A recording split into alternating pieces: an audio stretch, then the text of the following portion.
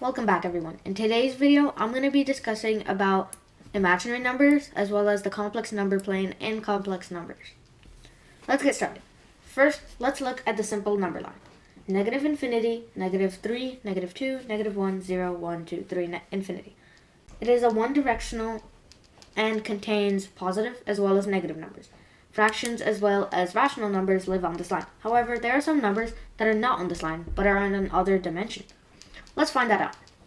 Let's look at this quadratic equation, y equals x squared plus 1. The graph of it looks something like this. As you can see, it isn't touching anywhere or intersect the x-axis at all. However, any quadratic equation must have two roots. So this should also have two roots. Let's solve for that.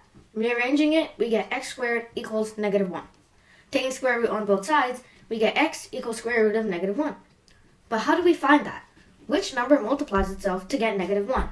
Well, newsflash, there is no such number on the normal number line. However, the square root of negative 1 is a real thing, so it must exist somewhere, and it does, on another dimension that is basically rotated by 90 degrees. I, 2i, 3i, and 4i.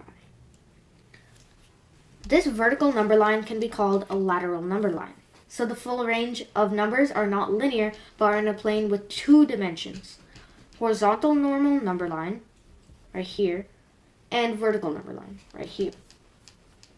Mathematicians call these numbers imaginary numbers.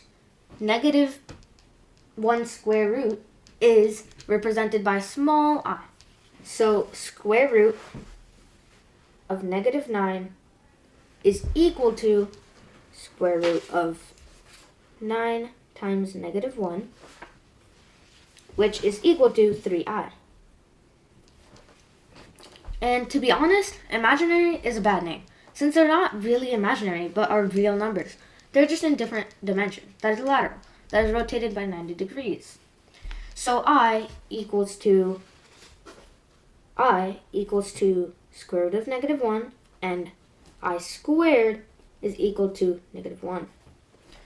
We can draw a horizontal line for normal numbers, right here, and a vertical line for imaginary numbers, and use it to represent the full range of numbers. This is called a complex number plane, and such numbers are called complex numbers. They have normal or real parts, and also imaginary parts. They're written as a plus bi, where a is the real part and b is the imaginary part. For example, 2 plus 3i, or negative 2 minus I, etc. Let's graph these numbers. First, let's do 2 plus 3i. So first we'll go to 2, and then we'll go to 3i. This is our point right here. Then let's take our second. We have negative 2 and negative I, so I'll go to negative 2, and I'll go to negative I. This is another point. Now, let me show you something cool. Do you know what happens when we multiply any number by negative 1? It actually flips the sign. For example, if we multiply 2 by negative 1, it flips and goes to negative 2. Similarly, if we multiply negative 2 again, it flips back to 2. We can say multiplying a number by negative 1 rotates it by 180 degrees. Like this.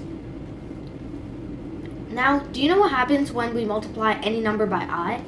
For example, if we multiply 2 by I, we'll get 2i. And if we multiply 2i again with another I, we will get negative 2. This is because I is just negative 1, and the square root of negative 1 and the square would cancel out. In this case, it would leave us with 2 times negative 1, which gives us to negative 2. Now let's multiply I again to negative 2, then we get negative 2i. Multiply again, we get 2. So as you can see, we completed a full circle here. So did you see the pattern? Multiplying any number by I actually rotates the number by 90 degrees every time.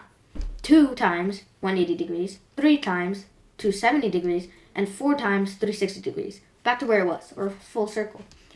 And this is what imaginary numbers mean. So to summarize, imaginary numbers are actually real, but they're on a 90-degree dimension.